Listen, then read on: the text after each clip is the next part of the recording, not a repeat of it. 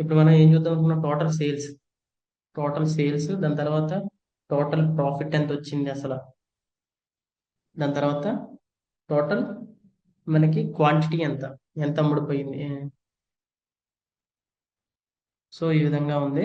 So equal to sales, just ఒక simple function sales కాబట్టి some tab, తర్వాత sales కావాలి కాబట్టి సేల్స్ ఎంటర్.